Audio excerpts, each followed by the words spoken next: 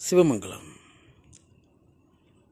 குமர ஆசையின் சுவடுகள், வேர்கள் நாம் அறிவதற்கில்லை.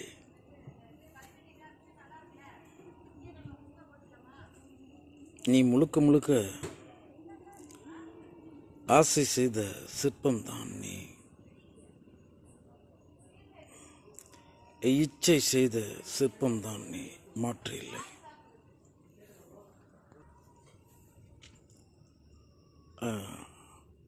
ஆசையும் இச்சையும் உனக்கு புதிதில்லை.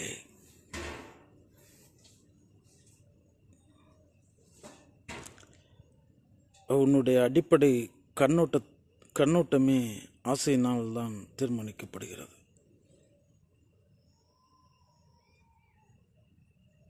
காரிருளில் மறைந்திருக்கிறாய். சற்றென எங்கோ ஒரு வெளிச்சம்.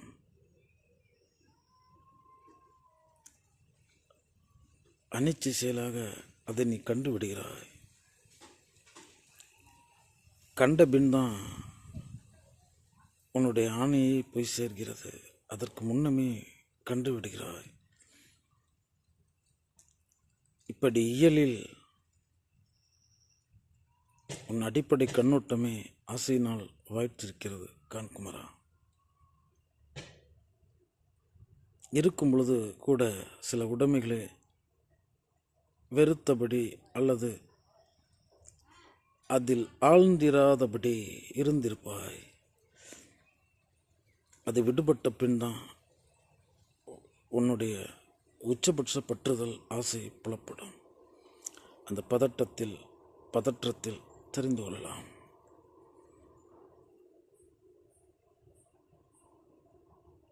இங்கு வைக்கப்பட்டிருக்கும் சவாலே அதுதான் குமாரா. இங்கு ஆசையை தவிர எதுவுமே இல்லை. இனி நிராசையை தவிர எய்துவதற்கு ஒன்றுமே இல்லை. இதை நீ கடந்துதான் வந்தாக வேண்டும். மாற்று இல்லை. ஈர்ப்பின் பெயரால் ஆசை.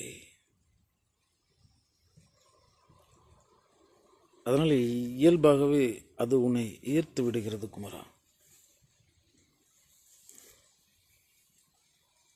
ஆசையை அறுக்க பழகுங்கள். ஒரு ஞான பாடம் ஒன்று சொல்றதுக்கு இல்லை.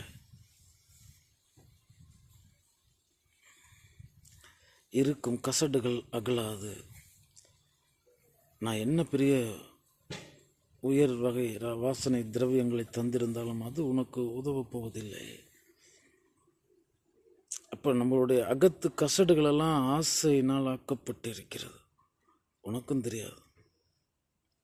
நீ பாவப்பட்டவன். நீ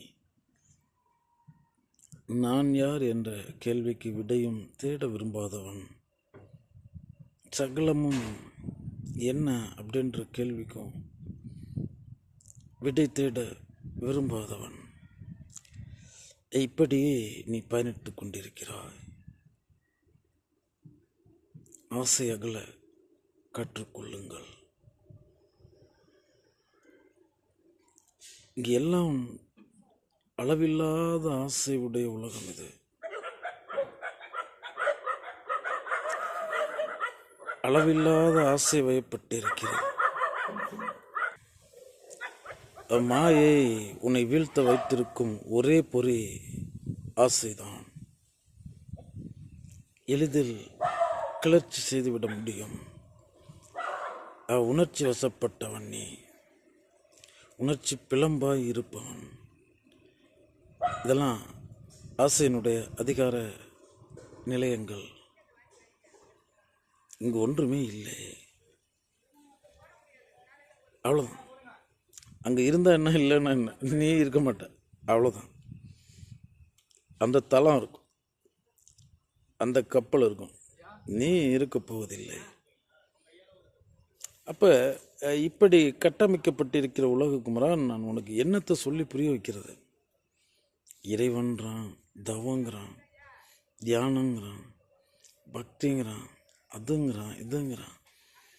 இறைவன் அப்படின்ற ஒன்றை மையப்படுத்தி எத்தனையோ வழிகள், ஒரு கடல், கோடி கோடி நதிகள் போல பின்னப்பட்டிருக்கிறது. இதெல்லாம் எனக்கு ஒரு நிராசையை தருமா?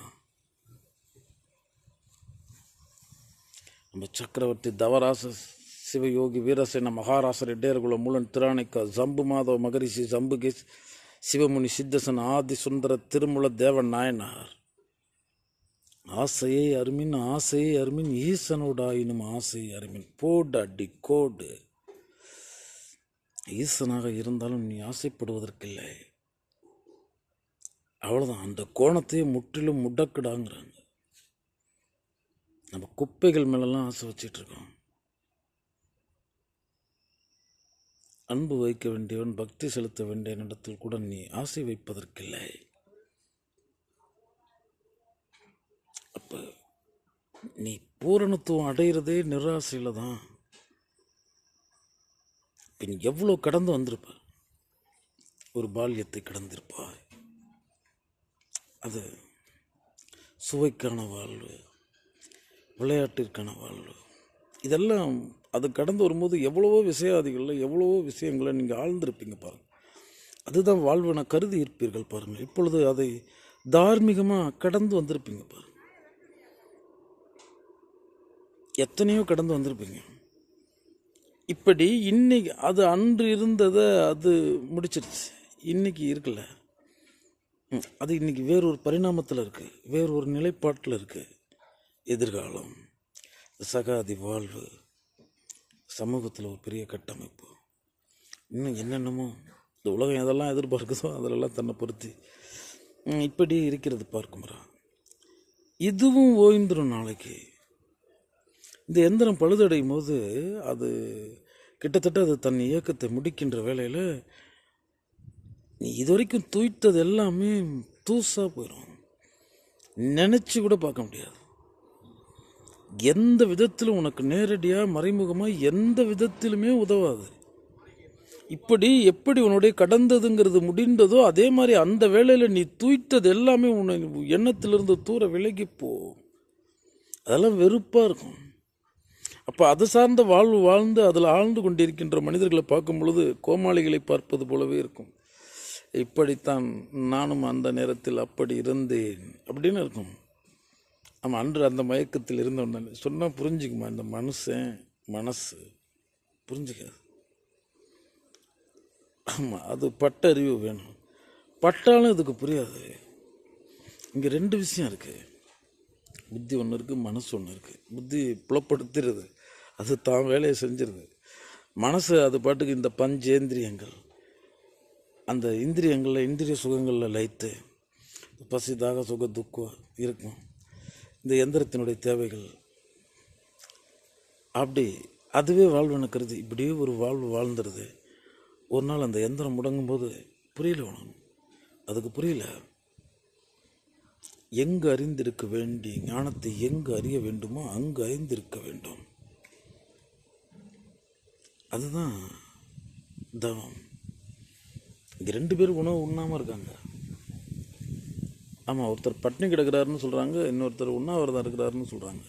ஆனால் ரெண்டு பேர்த்துக்குமே சோறு இல்லை, ரெண்டு பேருமே சோறு சாப்பிடல, ஆனால் பேர் வேற. அது மாதிரி இந்த உடல்லாம் முடிந்து இந்த இயக்கங்கள்லாம் இந்த சகலத்தையும் மெத்த தொய்த்த பின் இந்த உலகத்தில் இந்த ஞானத்தில் ஒடுங்குவாங்க. சோறு இல்லாமல் பட்னி கிடக்கிற மாதிரி அங்கீகரிப்பதில்லை அறம். பாருங்கள், எல்லாம் உணர வேண்டிய இடத்திலே உணர்ந்துருக்கணும், உணர வேண்டிய வயசுலேயே உணர்ந்துருக்கணும்.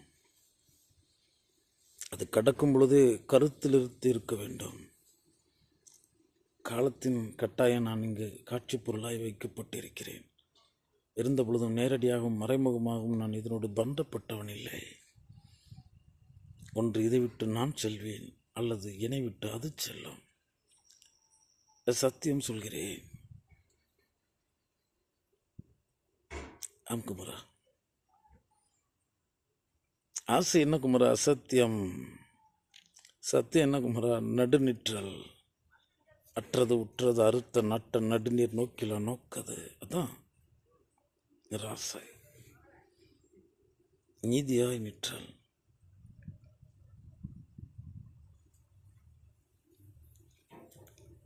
பாவப்பட்ட மனித வர்க்கம் குமரா, அஞ்சு அஞ்சு வாழ்ந்து கொண்டிருக்கிறான்.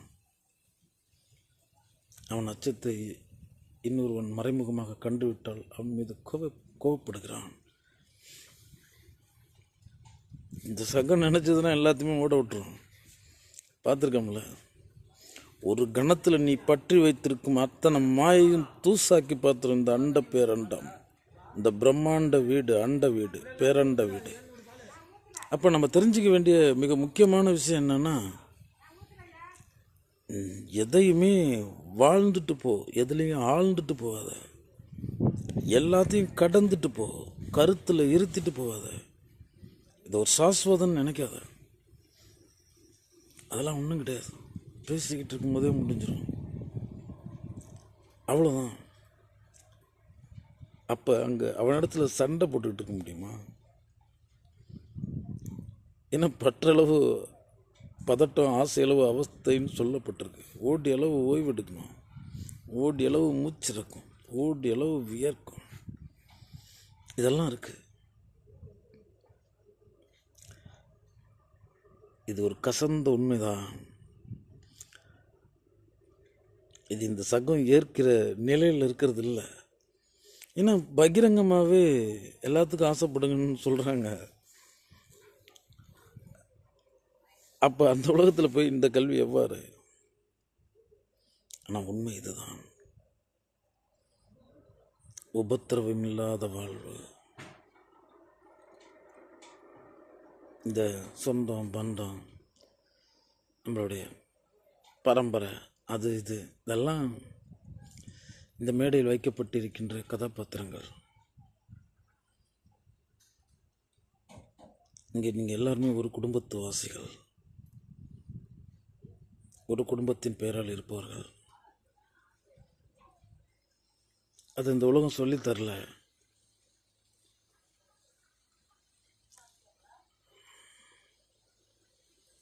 அதுவே காலத்தின் கட்டாயமாக கூட இருக்கலாம், களி தந்த பரிசாக கூட இருக்கலாம். என் செய்வது? சிந்தித்து பாருங்கள். நீ உண்ணும் உணவை கூட ஆசைப்படுவதற்கில்லை.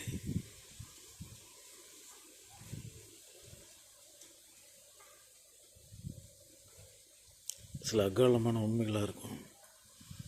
ஏன்னா இது கட்டற்று திரிந்த காட்டாற்று பெருவெள்ளம் போல கண்டதையெல்லாம் கருதினதையெல்லாம் அவர் போதித்ததெல்லாம் விரும்பி அது எங்கேயோ இருக்கும், இங்கே ஆழ்ந்து அது ஒரு கற்பனையில் லயிச்சு ஆழ்ந்து போயிருக்கும். அப்படி ஒரு கன நேரத்தில் ஒரு பெரிய கனவு தொழிற்சாலையில் இருக்கார் இவர். ஏன்னா அங்கே உள்ள ஜீவன்ற பரமமாயை இருக்குது, அது அவருக்கு சொந்தம். ஏன்னா அந்த அதிகாரத்தோடு தான் இங்கே வந்திருக்கிறார். அதனால் எதை வேணாலும் அவர் கருதிடுறார், எப்படி வேணாலும் கருதிடுறார், விடுவிக்க முடியல. அதனால தான் என் குருநாதன் சொல்லுவான், குமரா ஒரு களத்தை நான் உனக்கு உணர்த்துகிறேன், அல்லது ஒரு நபரை உணர்த்துகிறேன், அவ்வளோதான். அங்கு சென்றதுக்கு அப்புறமேட்டுக்கு அவரை பார்த்துக்க. இங்கிருந்து நீ அவரை உருவகப்படுத்தாது. நீ உருவகப்படுத்தும் இடத்தில் அவர் இருக்க மாட்டார். அங்கு சென்றவுடன் நீ கண்டவுடன் உன்னுடைய முதல் தோல்வி ஏற்பட்டுவிடும். மனம் முறிவு, எதிர்பார்ப்பு முடக்கம், எதிர்பார்ப்பு முறியடிப்பு அப்படின்னு ஒன்று நடந்துடும். அப்போ களமே முதல் தோல்வி முற்றிலும் தோல்வியில் முடிஞ்சிடும்.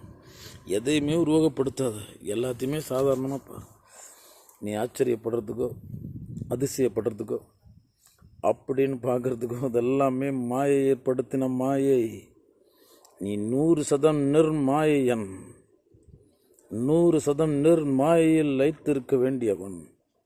இந்த களம் 1000 கூத்து நடந்திருக்கும், கூத்தன் ஒருவன் இந்த மொத்த கூத்திற்கும் காரணம் அப்படின்ற ஒரு நிலைப்பாட்டின் பேரால் பார்க்கணும். அதில் நமக்கு லாபம் நஷ்டம், இன்பம் துன்பம் எதுவும் வாய்க்கும். எது வாய்த்தாலும் இது கூத்தனின் பெருந்திட்டம், அந்த ஒரு பேர் இறையின் பெருந்திட்டம், இதெல்லாம் அவ்வளோதான் அப்படின்னு என்னை ஒரு சாட்சி பொருளாக இருந்துட்டு பார்க்குறது, அவ்வளோதான். எல்லாத்துக்கும் உண்டானதானே எனக்கும். நான் மட்டும் நான் குதிச்சா வந்திருக்கேன். நீ தான் நான் தான் நீ. இதை தெரிஞ்சவன் தான் ஞானிங்கிறான். ஞானங்கிறது சமநிலையை தந்தது. இந்த ஆசை தாங்க இந்த வறுமையை தந்தது. விழி மூடி விழி திறக்கிறதுக்குள்ளார 51 உயிர்கள் உண்ண உணவு இல்லாமல், அன்ன ஆகாரம் இல்லாமல் இந்த உலக அரங்கத்தில் நம்மெல்லாம் பூலோக வைகுண்டத்தில் இருக்கிறதுனால நமக்கு அதனுடைய சுவடுகள் தெரியறதில்ல. அந்த கஷ்டங்களை அது காட்டுறதில்ல. அந்த இறை மாயை அதெல்லாம் இருக்கிறதுனால நமக்கு அதெல்லாம் புரியறதில்ல. ஆனால் இந்த மண்ணில் நம்முடன் பிறந்த சகோதரங்கள் வீழ்ந்து கொண்டு தான் இருக்கின்றன, வெடித்து சிதறிக்கொண்டு தான் இருக்கின்றன, ஆகாரம் இல்லாமல் வீழ்ந்து கொண்டு தான் இருக்கின்றன.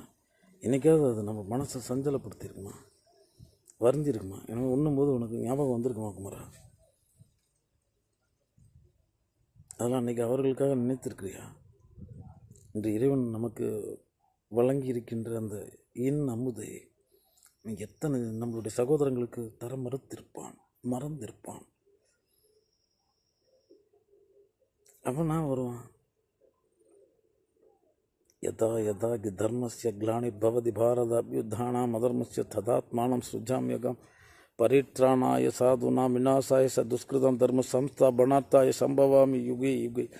எப்பொழுதெல்லாம் அதர்மத்தின் கை ஓங்கி தர்மம் நசுக்கப்படுகின்றதோ அப்பொழுதெல்லாம் சாதுக்களை ரட்சித்து காக்க, தர்மத்தை நிலைநாட்ட அதர்மத்தை அழித்தொழிக்க நான் ஒவ்வொரு யுகந்தோறும் தோன்றுவேன் அப்படின்னு சொன்ன ஸ்ரீமன் நாராயண வேதநாத கீதோபதேச ஸ்ரீ வாசுதேவ கிருஷ்ண பரமாத்மனா வருவான். அவன் தான் வந்துட்டு போயிட்டானே. அவன் நாமம் இருக்கிறது, அவன் தந்த நல்லருள் இருக்கிறது. அவ்வளோதான். மனிதன்தான் இறை, சமாதானம்தான் இறை, சமரசம்தான், சகஜம்தான், சகலம்தான், மேல்கீழ் இல்லாத நிலை. இந்த ஆசையினால தான் இங்கே சகல வறுமையும் வந்தது, சகல தீவிர போக்கும் வந்தது, அனைத்து அடிப்படை வாதங்களும் வந்தது. இந்த உழைப்பில்லாத சோம்பேறிகள்லாம் அங்கே தான் வந்தாங்க.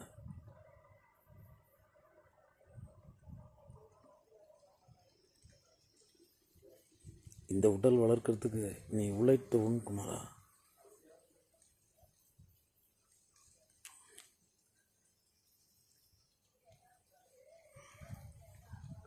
இந்த சகத்திற்கென அழிக்க இருந்த அன்னத்தை நீ சுவைப்பதற்கில்லை குமரா. அது அவ்வளோ, அது இறைக்கானது. ஆமாம், நம்மளோட இந்த சம்மாரபெடுத்து நித்திய அன்னோற்சவம் கூட சுவைத்ததில்லை, வசி சிவசித்தம் சுவைக்கப் போவதும் இல்லை.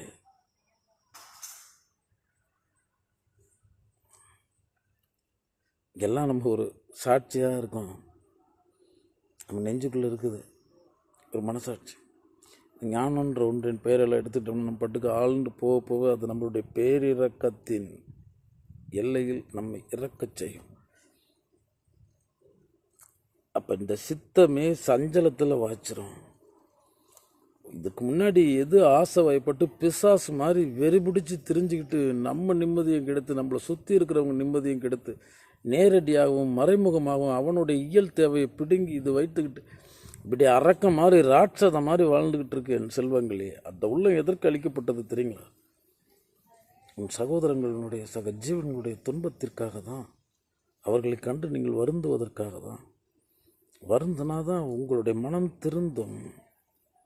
திருந்தினாதான் அவர்களுக்கு நீங்கள் விருந்து தர முடியும், தேடி போய் செய்ய முடியும். இந்த உலகத்தில் ஒரு வாழ்க்கையே கிடையாது. இந்த நாளை நீ அர்த்தப்படுத்திடவே முடியாது. நான் அந்த கோயிலுக்கு போனேன், அவனை பார்த்தேன், இவனை பார்த்தேன், இவங்கிட்ட ஆசீர்வாதம் தூக்கி குப்பையில் போடுறா அப்படின்னு குருநாதன். இங்கே எறும்பு முதல் யானை வரை எதுவும் உன் உறவு தான். இங்கே இருக்கும் மனிதமெல்லாம் உன் சகோதரன். இன்று இந்த அண்டம் தந்ததை பேரண்டம் தந்ததை உண்டு கொளுத்தாய், அவ்வளோதான். நீ என்ன போயிட்டு மிருகம் மாதிரி போய் வேட்டையாடி எடுத்துகிட்டு வந்தியா? பறவை மாதிரி போயிட்டு ஒவ்வொரு மணியாக பொறுக்கிட்டு வந்தியா? உங்கள் மீன் மாதிரி அந்த எந்த நேரமும் இயங்கிட்டு உணவு தருமாட்டேன், உட்காந்த இடத்துல இருந்து அனைத்தும் தரப்படுகிறது. இது எவ்வளோ பெரிய விபரீதம். அதனால தான் நீ வாழ்ந்துட்டு இருக்க ராஜ்ய வாழ்வுன்னே புரியாமல் நீ இருக்க. இந்த உணவு சங்கிலியில் எல்லாம் அது கடமையை செய்து மனுஷனை தவிர என்னைக்கு நீ உணவு பார்த்துருக்க? என்னுடைய இறையே அன்னையாக அமர்ந்து நமக்கு இங்கே அன்னம் தருகிறார். அப்பொழுது தான் பார்க்குறோம், உண்ணுவதற்காக தான் நம்ம உணவையே பார்க்குறோம். எந்த விதத்திலும் நாம் அதோடு பந்தப்பட்டவர்கள் இல்லை, மறந்து விடாதவர்கள். நம் வாழ்வே வாசி தான் சொல்கிறேன், நம் வாழ்வே குற்றம் தான் சொல்கிறேன். உழைப்பில்லாமல் நீ உண்ணுவது அன்னம் இல்லை குமாரா. ஆமாம், அது உழைத்தவர்களுடைய உண்ணுகிறாய், மறந்து விடாதே. அன்றன்று நீ உழைத்திருக்க வேண்டும், குறைந்தபட்சம் அன்றன்று உன்னால் ஆனது அந்த சகத்திற்கு செய்திருக்க வேண்டும். பிற துன்பத்திற்காக நீ வருந்தி இருக்க வேண்டும். இந்த பேரண்டத்தினுடைய நம்ம சரி செஞ்சிட முடியாது. இருக்கிறது ஒரு புறம். நான் எனதென்று அவரவரை கூத்தாட்டு வானாகி என்று சொல்லி வாழ்த்துவேன். அவனே தான் வந்திருக்கான் இங்கே களத்துக்கு. அதுதான் சர்ச்சை. நம்ப முடியல. அண்டா உயிர் பொருள் தாண்டா பரம்பொருள். சீவனே சிவனாய் அமர்ந்திருந்தாரன் எங்கள் மூலன் கூறினான். மறுமந்திரம் அறுத்த ஒரு மந்திரமாம் திருமந்திரம். தேவர் குரலும் திரு நான்முறை முடிவும் மூவர் தமிழும் முனிமொழியும் கோவை திருவாசகம் திருமூலன் சொல்லும் ஒரு வாசகம் என்றுடார். அவன் கூறியிருக்கிறான். நன்றாக தமிழ் செய்ய சிவன் தந்ததென சொன்னவன் யார் கேட்கிறார்? மெய் அறிய தயாராக இருக்கணும். புத்தி சுவாதீனத்தோடு இருக்கணும். இவ்வளோதான். இங்கே புத்தி சுவாதீனத்தோடு இருக்குன்னு நீ நினச்சிக்காத குமரா. இந்த சகம் காட்டின மாயையில் மயங்கி தயங்கி இயக்கம் மறந்து நீ கிடக்கிறாய் சவம் என. இதுதான் நிஜம். என்னைக்காவது கொடுமைகளை எடுத்து நீ எதிராக நீ பேசியிருக்கியா? நினச்சிருக்கியா? அதற்கு ஏதாவது உபகாரம் செய்திருக்கியா அதில் பாதிக்கப்பட்டவங்களுக்கு? அதெல்லாம் கிடையாது. இங்கே 1000 தீமைகள் இருக்குது, 1000 அதர்மங்கள் இருக்குது, 1000 அநியாயங்கள் இருக்குது. என்னைக்காவது அதற்காக வருந்திருக்கிறியா? எனக்கு என்னன்னு தானே போய்கிட்டு இருக்க. அவ்வளோதானே. இது என்ன வாழ்வுன்னு கேட்குறேன். இது நரநுருவில் ஒரு புழு வாழ்ந்துட்டு. நிதர்சனம் இல்லாத உலகம், நிதர்சனம் இல்லாத வாழ்வு. இப்படி வாழ்ந்துட்டு நான் பாட்டுக்கு உண்டு, நான் பாட்டுக்கு எதையும் காணாமல் நம்ம பாட்டுக்கு இப்படியே வாழ்ந்துக்கிட்டு இருக்கேன்னா நீ யார்? உன்னுடைய கடந்து வந்த அந்த பிறவிகளின் மயக்கத்தில் ஆனால் நரனுருவில் திரிகிறாய். நரனுருவில் கரியாய் பரியாய் நரியாய் திரிகிறாய். நீ உணர வேண்டியவன், உண்மையில் உணர வேண்டியவன், உண்மையை உணர வேண்டியவன். எல்லாம் திகட்டணும். இது என்ன? இதே உணவு, இதே வாழ்வு, இதே போகம், இதே தானடா, இவ்வளோதானடா. நான் அவ்வளோதான். நான் அதற்காக தான் படைக்கப்பட்டேனா?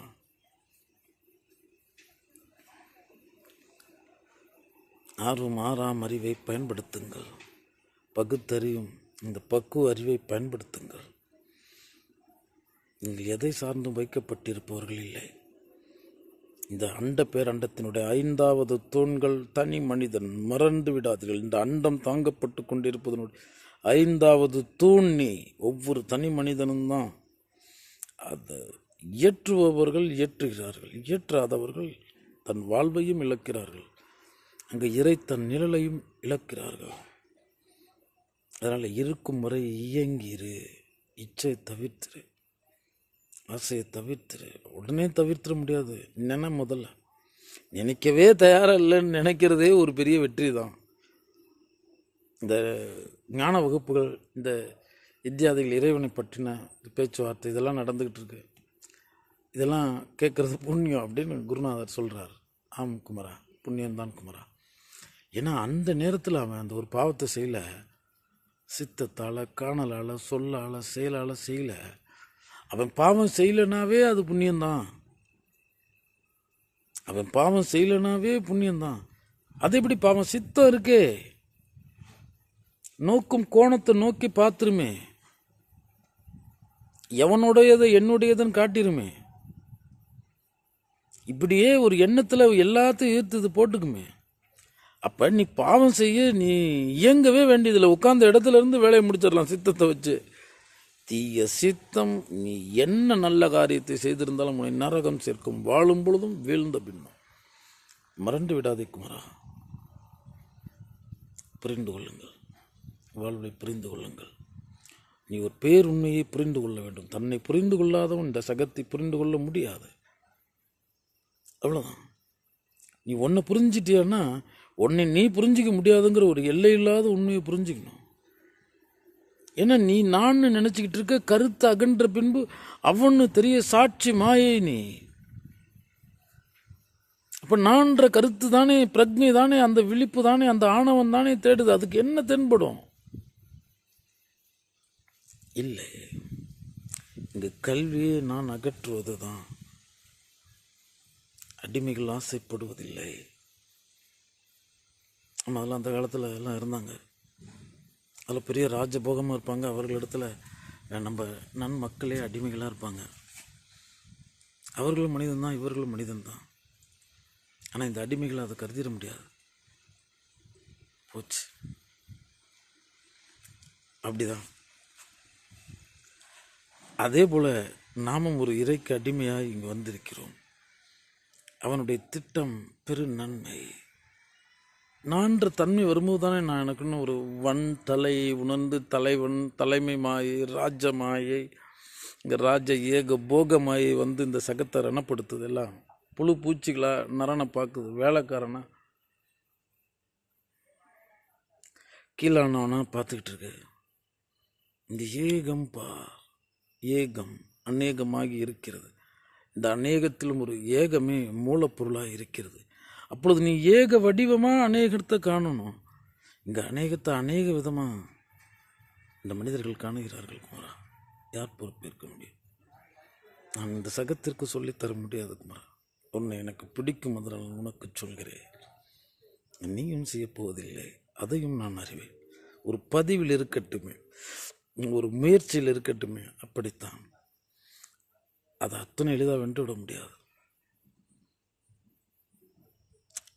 நிராசையில் ஒரு சோகம் இருக்குது, ஒரு வெற்றெருப்பு இருக்குது, ஒரு வேண்டுதலும் விருப்பு உணர்வும் வெறுப்பு உணர்வும் அற்ற ஒரு தன்னிருப்பு நிலை ஒன்று இருக்குது. ஆமாம், தவத்தில் ஆழ்ந்து போகிறதுக்கு முன்னாடி அது ஏற்படுகின்ற ஒரு வெற்றிடம். அதில் தான் எல்லாம் தெரிச்சு ஓடிடுறாங்க. அந்த வெற்றிடம் கடந்ததுக்கு மட்டும் தான் ஒரு வெற்றி இடம் தெரியும். அதனால் ஆசை அகலாது ஆனந்த சாகரம் இல்லை, இச்சை அகலாது ஈசன் இருப்பிடம் இல்லை. மறந்து விடாதே குமரா. இது முழுக்க கசக்கும், கண் இனித்து கொள்ளும். இது கசந்து வாழ்விக்கும். இது இனிக்காது, இது பலன் இனிக்கும். இந்த சொல் உன்னை இருக்கையிலே கொள்ளும், ஆனால் உன்னை இருக்கும்போதும் எல்லை இல்லாத ஒரு வாழ்வை தரும். அதனால் ஆசையருக்கு பழகுங்கள். இந்த உலகம் உங்களை ஆசைப்பட கற்றுக் கொடுத்து விளம்பரம்னு இவங்க காட்டுறது என்ன? அவங்க ஏற்படுத்துகின்ற மாயை ஏற்படுத்தினால மயங்கி நீங்கள் மூழ்கி இங்கே விடையே தெரியாமல் வீழ்ந்தொழிந்து போங்கள் இந்த மனித வர்க்கமேங்கிறதுக்கு தானே வச்சுருக்கேன். அதான் நம்ம பார்த்துக்கிட்டு தானே இருக்கோம். அவன் தன் லாபத்தை அங்கே வைப்பான். நம்ம பார்த்துருக்கோம்ல.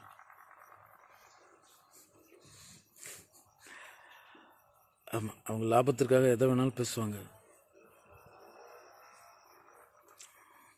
தூக்கி எறியுங்கள் அவர்களை. உங்களுக்குள்ளே இருக்கிற வியாபாரியை தூக்கி எறியுங்கள். ஒரு கர்ம வீரனை கொண்டு வாருங்கள். உங்களுக்கு விதிக்கப்பட்ட நிர்ணயிக்கப்பட்ட கர்மத்தை பரிபூர்ணமாக ஆழ்ந்து செய்யுங்கள். இந்த நாடக மேடை ஒரு நாள் ராஜா வேடம் கொடுத்துருப்பாங்க, ஒரு நாள் கூஜா தூக்குற வேடம் கொடுத்துருப்பாங்க, அடுத்த நாள் அந்த வேலமும் கொடுத்துருக்க மாட்டாங்க, நின்று வேடிக்கை பாரு அப்படின்னு சொல்லியிருப்பாங்க. இது சகலமும் தரும். அது அந்த மேடை நாடக இயக்குனரின் தீர்மானத்தில் இருக்குது. அதை நம்ம பெருசுப்படுத்த வேணாம். பயணித்து கொண்டே இருப்போம். அன்பகலாது பார்த்துக்கொள்வோம், ஆனந்தமகளாது பார்த்துக்கொள்வோம். நமக்குள்ள ஒரு அடங்கல் தன்னிறைவு இருப்பதை உறுதி செய்து கொள்வோம். இப்படியே பயணித்திருப்போம். ஆசை அகலாது இல்லை அங்கே பேரின்பம். சிவமங்கலம்.